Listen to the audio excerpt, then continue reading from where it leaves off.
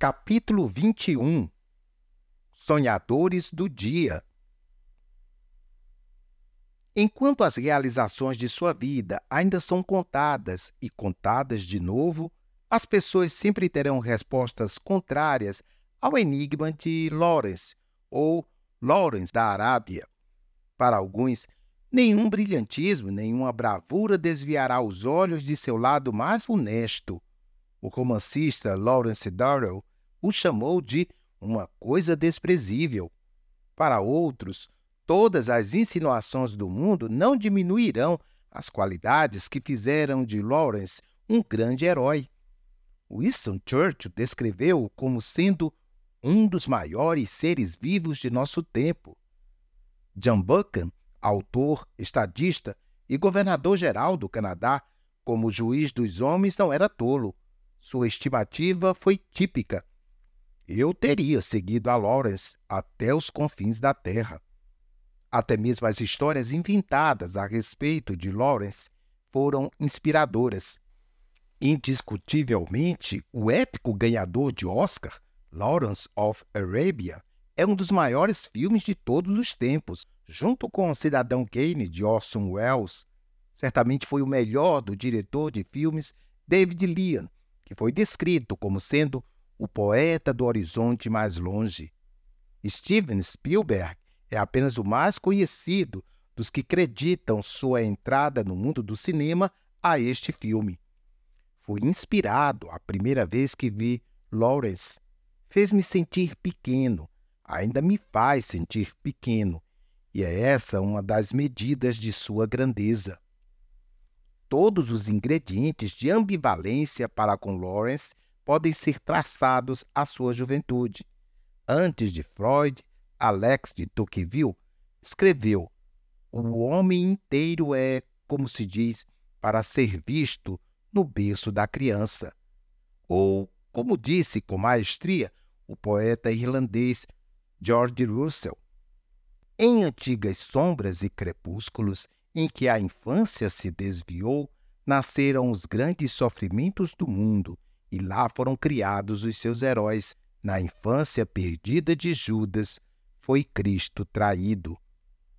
Lawrence nasceu no país de Gales, em agosto de 1888, mas mudou-se para o norte de Oxford com seus pais e 3 irmãos quando tinha 8 anos. Os seus pais, Thomas e Sarah Lawrence, eram muito diferentes em idade, temperamento e posição social. O pai era um barão irlandês, a mãe uma babá escocesa, e as personalidades dos dois não combinavam. Mais significativo ainda, o sobrenome Lawrence não pertencia a nenhum dos dois. Eles não eram casados e todos os meninos eram ilegítimos. Este obscuro segredo não só era encoberto, como também compensado por uma profunda, mas austera fé cristã que inspirava a ambos, pai e mãe, e animava a vida da família. A família Lawrence viera a Oxford, na verdade, em razão da influência de um poderoso e bondoso pároco anglicano, Canon Christopher. Seu longo ministério no St. Aldate's tocou a vida de milhares de estudantes em Oxford e alcançou a família Lawrence nas suas necessidades. Canon Christopher continuou como influência espiritual e intelectual dominante sobre a família até sua morte, aos 93 anos de idade, logo antes da Primeira Guerra Mundial. Os 3 irmãos de Lawrence foram profundamente influenciados por Christopher. O mais velho tornou-se médico missionário na China, o segundo professor cristão na Índia e o terceiro eloquente pregador em acampamentos cristãos. Lawrence também foi indelevelmente tocado. Embora ele viesse a viajar longe de suas raízes evangélicas e romper explosivamente do controle puritano de sua mãe, foi ativo na fé até meados da casa dos 20 anos. O impacto da fé de sua família o marcou para sempre. Educado no Colégio de Oxford e na Faculdade de Jesus, Oxford, Lawrence foi conhecido por seu cabelo trigueiro, olhos azuis brilhantes, visão de sonhador e seu fascínio pelo Oriente. Oxford, cidade das torres sonhadoras, tinha gerado um filho sonhador. Atraído pelo encanto do mundo árabe e ensinado por David Hogarth, um arqueólogo e oficial da inteligência naval de Oxford, Lawrence poderia ter se tornado um viajante pelo mundo ou estudioso cigano se a Primeira Guerra não tivesse acendido a fornalha que forjou para sempre seu caráter e sua reputação. Envolvido em ajudar a revolta árabe que auxiliou na libertação de Jerusalém e queda do Império Otomano, que auxiliou na criação do Oriente Médio moderno, Lawrence, promovido extravagantemente pelo repórter norte-americano Lowell Thomas, voltou para a Inglaterra como herói mítico, um príncipe de Meca, Lawrence da Arábia. Lawrence ficou fascinado, em parte, pelo show de Thomas sobre sua vida, A Última Cruzada, vista por mais de 1 milhão de pessoas somente em Londres. Voltou ao teatro noite após noite para testemunhar o que ele se tornara. Em parte, porém, estava horrorizado pelo mito e suas exigências. Mudou legalmente então o nome e desapareceu no anonimato na Força Aérea Real como aviador Ross, ato deliberado de autodegradação que ele chamou de sono do cérebro e suicídio da mente. Antes das muitas contradições poderem ser desfeitas, ele foi morto num acidente de motocicleta em 1935, deixando-o para sempre como enigma não resolvido. Será que Lawrence tinha seu próprio obscuro segredo, resultado das lutas de infância com a vergonha de ser ilegítimo, a possessividade feroz de sua mãe e o estupro em Darya, quando foi capturado pelos turcos? As discussões continuarão sem conclusão. Terá sido o próprio Lawrence fabricador de fábulas, como também produto das fantasias de outros? Até certo ponto, com certeza. Mas quando todo o pó tiver baixado e dissipada toda a fumaça, uma coisa está fora de dúvida. Lawrence fez uma contribuição inusitada e original para o surgimento do Oriente Médio moderno, incluindo o Estado de Israel e o mundo árabe, e o fez como sonhador e visionário, cuja imaginação era a principal fonte de seus atos. O sonho monta o palco para o livro de Lawrence, Os 7 Pilares da Sabedoria. Ele disse a um amigo que havia coligido um conjunto de obras titânicas, distintas pela grandeza de espírito: Karamazov, Zaratustra e Moby Dick. Bem, minha ambição era criar uma quarta. Escrito primeiramente em Paris durante a Conferência da Paz, a partir de anotações feitas diariamente durante a marcha, o livro é um relato heróico da sua parte numa guerra árabe travada e dirigida por árabes para um alvo árabe na Arábia. Quase imediatamente ele fala de forma lírica do vasculhar de lugares abertos, o sabor dos ventos amplos, do sol e das esperanças nas quais trabalhávamos. O frescor matinal do mundo prestes a nascer nos intoxicava. Estávamos envolvidos com ideias inexprimíveis e vaporosas, mas pelas quais lutaríamos. Esses sonhos, admite Lawrence, foram traídos. A juventude poderia ter ganho, mas não tinha aprendido a manter e era sofregamente fraca contra a idade. Ele havia trabalhado em prol de um novo céu e uma nova terra. A solução dos velhos era uma paz que acabou com toda a paz. Mas uma coisa sempre o impeliu, diz ele centenas de páginas à frente nas palavras finais do livro. Eu sonhara, na escola da cidade em Oxford, de levar à forma, enquanto eu vivia, uma nova Ásia, cujo tempo inexoravelmente estivesse surgindo sobre nós. Fantasias, essas parecerão àqueles que foram capazes de chamar de esforço ordinário o meu começo. A declaração mais comovente de Lawrence sobre visão está na introdução aos 7 pilares da sabedoria. Todos os homens sonham, mas não por igual. Aqueles que sonham de noite, nos recessos empoeirados de sua mente, acordam de dia e encontram só vaidade. Mas os sonhadores do dia são homens perigosos, pois agem sobre seus sonhos de olhos abertos para torná-los possíveis. Isso fiz eu.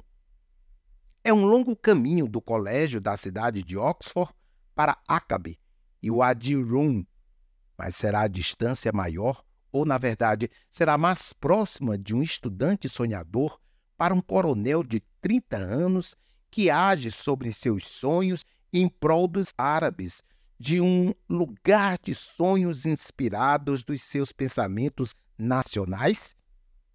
Os sonhadores do dia responderam à lacuna entre visão e realidade, fechando-a. Seria fantasioso ligar a visão de Lawrence perto demais do entendimento cristão de visão, embora o menino de escola que ele cita coincida exatamente com o período de sua fé mais ardente.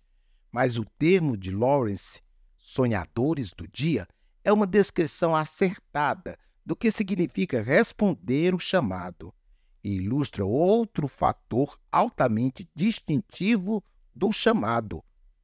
O chamado, por irromper com uma perspectiva exterior sobre o presente, é uma grande fonte de visão e visionários cristãos. Com fogo nos corações e asas nos pés. Nos dias atuais, em círculos de mente prática, é moda desdenhar essa coisa de visão. A visão é descartada como inerte, perigosa ou uma fase passageira da vida. Certamente a visão é fator da primavera da juventude, produto natural da energia, do idealismo e a frustração por ver o modo como são as coisas. O jornalista Malcolm Muggeridge, por exemplo, converteu-se à fé mais tarde na vida e era célebre por sua atitude irreverente, se não cínica, pretensiosa e pomposa. Mas, como jovem, ele foi diferente. Logo após terminar a faculdade em Cambridge, Muggeridge escreveu a um amigo o seu próprio epitáfio. Aqui jaz alguém cuja alma, por vezes, ardia com grandes desejos, a quem, por vezes, a cortina do infinito abriu-se um pouquinho, mas que faltava coragem para fazer uso do que vislumbrara. Outros, porém, fizeram uso duradouro da visão e imaginação, não somente na juventude, como também como fonte da própria vida. A ascensão de Benjamin Disraeli à eminência como estadista no século XIX foi veloz e inesperada. Uma pista para o segredo de seu sucesso se traça ao que ele escreveu muitos anos antes em seu diário. Os utilitários na política são como os utilitários na religião. Ambos omitem a imaginação em seus sistemas, e a imaginação governa a humanidade. O que era verdade com respeito a Disraeli é também verdade quanto a todo o seu povo. Mencken escreveu em um ensaio: os judeus, desde os tempos imemoriais, têm sido os principais sonhadores da raça humana e, além de toda comparação, seus maiores poetas. Assim como é com o próprio chamado, a fé visionária que o chamado inspira nos seguidores de Cristo volta até a experiência do povo de Abraão, Isaque, Jacó e Moisés. Não há Deus senão o Senhor, e não há descanso para qualquer que tenha outro Deus senão Deus. Deus está sempre em movimento. A fé, portanto, implica em inquietação. O chamador pode ser invisível e o destino desconhecido, mas aqueles que seguem o seu chamado têm uma voz em cima e uma visão à frente que subverte todo o status quo e desconcerta qualquer lugar de ficar parado. Na verdade, a visão é de tal forma central ao chamado e tão explosiva em suas consequências que é sábio expô-la em contraste direto com os embustes que lhe dão má fama. Mais especificamente, a visão do chamado deve ser guardada em 3 pontos principais. Primeiro, devemos tomar cuidado com visões espúrias. O chamado de Deus inspira e garante apenas aquelas visões que são verdadeiros resultados do chamado. Pois, por um lado, como nos adverte a Bíblia, a gigantesca faculdade da imaginação é caída e tornou-se principal meio humano de aspiração à divindade. Nas palavras da história da Torre de Babel, isto é apenas o começo. Agora não haverá restrição para tudo o que intentam fazer. Mas poder não era o problema dos construtores. Sua imaginação caída, auxiliada pela tecnologia e uma língua universal, os induziu a alcançar além dos limites da condição humana e buscar rivalizar a Deus. Afinal de contas, Marx, Hitler e Mao Tse-tung também foram sonhadores. Por outro lado, a visão e a imaginação cortadas da âncora do chamado de Deus são vulneráveis ao desprezo. Freud distingue a fantasia e os sonhos acordados da criatividade artística e descartava os primeiros como produto de desejos insatisfeitos. Cada uma das fantasias é um cumprimento de um desejo, uma correção de uma realidade que não satisfaz. Sonhar acordado, diz ele, é como se fosse sobrevoar entre 3 tempos. Examine com cuidado e você verá as esperanças não cumpridas que juntam o passado, o presente e o futuro sobre o fio do desejo que corre através deles.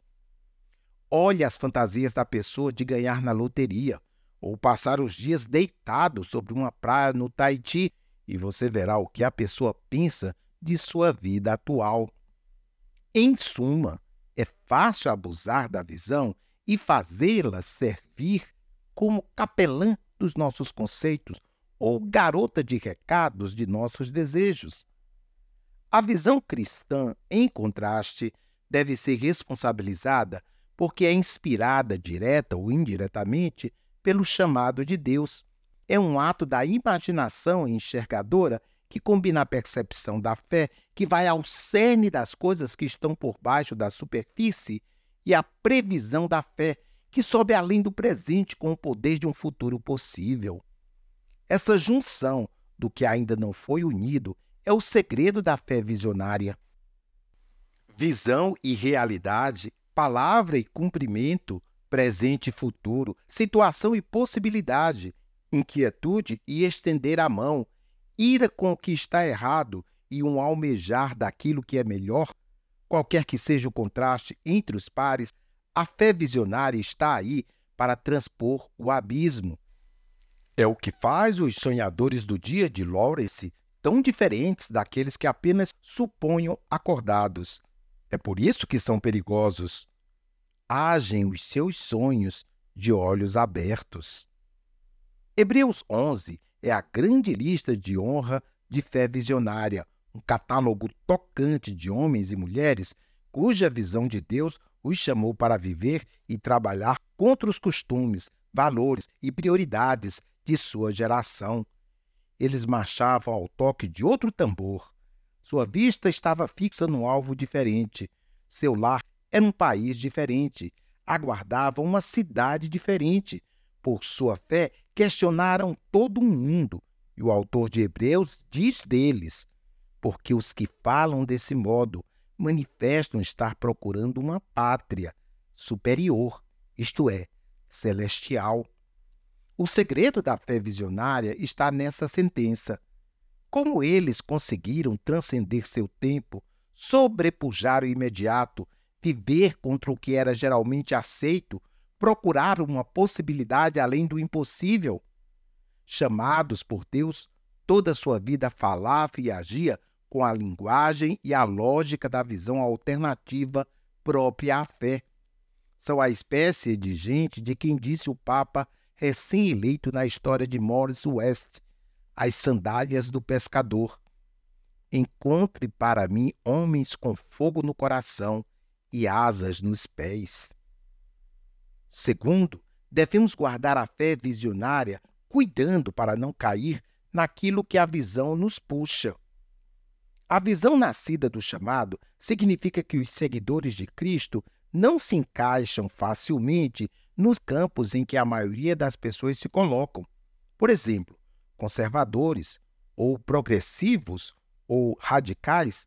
Contudo, o fato de que somos filhos de nossa época significa que poderosas correntes nos puxam para um ou outro recife. Exemplo óbvio está na diferença entre o mundo tradicional e o moderno, na sua tendência de explorar o chamado em direções opostas. O mundo tradicional tem uma tendência natural para o conservadorismo, e tanto então quanto mais tarde, o chamado era muitas vezes usado erroneamente para justificar o estado atual das coisas. Em seu Treatise of the Callings, Tratado dos Chamados, William Perks colocou a regra: para sempre, como o soldado no campo não pode mudar o lugar em que foi colocado pelo general, mas deve permanecer nele na aventura de sua vida, assim também o cristão deverá continuar e permanecer no seu chamado, sem mudança ou alteração. Como muitos em seu tempo, Perkins baseava seu conselho no que Paulo instruía em 1 Coríntios 7. Permanecei no vosso chamado, sem reconhecer que o chamado não é a palavra no original, mas foi mal traduzida por Lutero. João Calvino preservou contra essa compreensão estática, escrevendo sobre o mesmo trecho. Pode parecer que as palavras transmitam essa ideia de que todos estão presos pelo chamado de forma a não poder abandoná-lo. Mas seria muito difícil se o alfaiate não tivesse liberdade de deixar o seu mistério ou se um mercador não tivesse liberdade de tornar-se fazendeiro. Respondo que não é essa a intenção do apóstolo. Paulo está condenando aquela inquietação que não permite ao indivíduo permanecer na sua condição com a mente pacífica. Apesar de Calvino, o chamado foi usado errado para justificar a maneira como permaneciam as coisas nas guerras civis inglesa e norte-americana. No século XVII, John Chick, de Cambridge, usou-o para atacar o lado do parlamentarismo. Escreveu aos apoiadores de Oliver Cromwell: pesquisem as Escrituras e aprendam não só a temer a Deus com verdade, como também a obedecer fielmente ao rei e servir em nossa própria vocação. Pior ainda, nos Estados Unidos de 1863, um sulista atribuiu a lealdade de 400 escravos no latifúndio da Carolina do Norte à instrução bíblica de 1 Coríntios 7. Um jornal de Richmond do mesmo período declarou: não esperamos e oramos nós para que grande número de escravos se convertam salvificamente a Cristo, pois assim se tornarão melhores servos na terra, enquanto vestem com mansidão o jugo de seu mestre no céu? No mundo moderno, em contraste, temos um preconceito tal em favor do progresso e da mudança que parece brincadeira esse abuso de chamado em favor do conservadorismo. Mas isso é devido à nossa tentação no preconceito progressivo, não ao estático. Insistimos na escolha, esperamos mudanças, valorizamos a relevância, somos crentes no que é mais novo como sendo necessariamente mais verdadeiro, na última moda como sendo a maior, e no que está em voga ou não está em voga, sem pensar, sem avaliar a veracidade de cada coisa. Admiramos instintivamente sentimentos como o de George Bernard Shaw, citado por Robert Kennedy. Você vê as coisas como são e pergunta: por quê? Mas eu sonho coisas que nunca foram e pergunto: por que não? Somos então conduzidos por nossos próprios preconceitos aos nossos próprios extremos.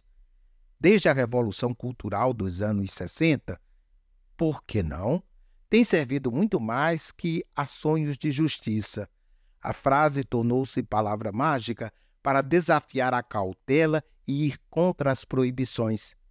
Por que não? E daí? Perguntamos. É proibido proibir. Tudo é válido em nossa terra do lótus da liberdade. O resultado desse nosso niilismo casual é a demolição despreocupada da tradição e criação, no seu lugar, de um deserto espiritual, moral e estético, não só na sociedade, como também na igreja. Nosso desafio não é apenas ver os erros de uma geração anterior, erros óbvios, porque não os nossos, mas também ver os problemas de nosso próprio tempo, muito mais próximos e, assim, mais difíceis de discernir.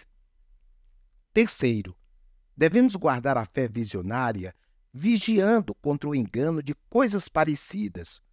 Um exemplo moderno é o poderoso rio de autoajuda e pensamento positivo. Com origens muito mais largas do que a Igreja, pensamento de possibilidades teve expressões diferentes, como do transcendentalismo de Ralph Waldo Emerson, a ciência cristã de Mary Baker Eddy e a religião da mente saudável de William James. Suas expressões cristãs populares facilmente tornam-se heresias. Chamado, em vez de ser padrão objetivo pelo qual somos conduzidos, torna-se um poder para domar, a fim de obter nosso próprio poder. E assim, a chave para a saúde, prosperidade, popularidade, significado e paz de espírito. O resultado é uma heresia. A fé em Deus torna-se fé na fé, visando nossos próprios interesses. Outro sósia mais antigo e que parece mais profundo vem da confusão da fé visionária com o ideal do cavalheirismo. Como no caso do pensamento positivo, a sobrepujança de chamado e da busca do bem é importante. Por exemplo, nos Trovadores por Cristo, de Francisco de Assis, ou O Cavalheiro da Fé, de Soren Kierkegaard. Mas o apelo imemorial do espírito guerreiro também tem seus perigos. Acima de tudo, serve para justificar toda e qualquer coisa através de seu ideal de altas aspirações, incluindo militarismo, cruzadas, cultuar da violência, chauvinismo machista, a idolatria do amor ou simplesmente o romantismo de cabeça e postura vazias. O ideal marcial e a vida difícil fazem apelo para uma geração que se sente culpada por ter tanto conforto e preocupada com os efeitos do exagero da civilização. Mas seus ideais, suas iniciativas, seus testes, sua irmandade e seus chamados ao sacrifício muitas vezes são embuste do chamado de Jesus e atalho perigoso para o peregrino. Como São Francisco clamou a um jovem cavaleiro que ofereceu juntar-se a ele: por longo tempo tens usado o cinto, a espada e as esporas. Chegou a hora de trocar o cinto por uma corda, a espada pela cruz de Jesus Cristo e as esporas pelo pó e a sujeira da estrada. Segue-me e eu te farei um cavaleiro no exército de Cristo. O embuste mais sedutor nos dias atuais é o ideal da batalha de Fausto. Adão e Eva, Prometeu, Pandora, Ícaro, Johann Fausto, Frankenstein. Siga as histórias através da história e da literatura e a admoestação é poderosa para todos enxergar. Os que transgridem os limites na sua busca de toda a vida pelo conhecimento, riquezas, poder e capacidade sexual se estenderão demais até que o seu pacto com o diabo os destrua. Mas nós, modernos, mudamos o roteiro. Assim como na versão de Goethe, Fausto não foi condenado, mas salvo através de seu pacto com o diabo. Assim, fingimos que a luta é sem limites e sem sofrimento. Chame-o de ambição, empreendimento, chame-o de espírito competitivo ou busca por excelência. Chame-o da plena expansão do potencial humano ou à vontade de poder. O homem faustiano monta o palco da vida moderna com uma fúria por transgredir. Aplaudido e não impedido, salta as barreiras, debocha das convenções, desarma os julgamentos morais e desdenha as proibições. Cego para com seus próprios excessos e alheio ao seu próprio destino. No gigantismo moderno, o ego sem limites, aquilo que os puritanos chamavam de mal de Adão, tornou-se a condição moderna. Nietzsche promoveu com brilhantismo esse espírito em suas palavras. Ninguém constrói para você a ponte sobre a qual somente você terá de atravessar o rio da vida. Ninguém, a não ser você mesmo. Existem, é certo, incontáveis atalhos, pontes e semideuses que desejariam levá-lo por esse rio, mas somente ao preço de você mesmo. É provável que você se empenhasse e perdesse a si. Existe no mundo um único caminho pelo qual ninguém poderá trilhar, exceto você. Para onde vai? Não pergunte, simplesmente ande por ele. Quem foi que disse que um homem nunca sobe mais alto do que o faz quando não sabe para onde seu caminho o conduz? Quem foi? Ironicamente, talvez sem que Nietzsche o soubesse, quem originalmente disse isso foi Oliver Cromwell. Em outras palavras, o contexto em que o fez foi cristão, e o tema que Cromwell discute é a verdade que torna tal luta tanto possível quanto modesta, ou chamado. Colocando a frase sobre seu fundamento certo, não será mais perigosa. Um homem nunca sobe mais alto do que o faz quando não sabe para onde seu caminho o conduz, enquanto aquele que o chama for Deus. Como diz o autor de Hebreus, pela fé, Abraão, quando chamado, obedeceu a fim de ir para um lugar que deveria receber por herança e partiu, sem saber aonde ia. Todo homem foi feito para alcançar além do seu alcance, escreveu Oswald Chambers, ou, conforme disse a seu próprio respeito, para sua esposa. A cada hora cresce meu senso do chamado de Deus. Temo que terá de ser uma vida de viagens por todo o mundo. São grandes dias à frente, para mim e para você. Ou então, que gloriosa e forçosa vida há à nossa frente. A alma sem freios para as empreitadas divinas. É esse meu desafio. Os sonhadores do dia chegam ao que sonham e permanecem no curso quando seguem o chamado de Cristo. Sua fé enxerga apenas aquilo que está diante de seu nariz, ou ela também é a certeza de coisas que se esperam, o firme fundamento de fatos que não se veem? O aqui e agora, o presente aceitável, formam uma cela de prisão para o seu pensamento? Ou você está estendendo a mão para mais do que já tinha alcançado? Sua visão sofreu vazamento desde que você era mais jovem? Ou você ainda está pagando o preço e fechando a lacuna com a realidade? Ouça Jesus de Nazaré. Atenda o seu chamado.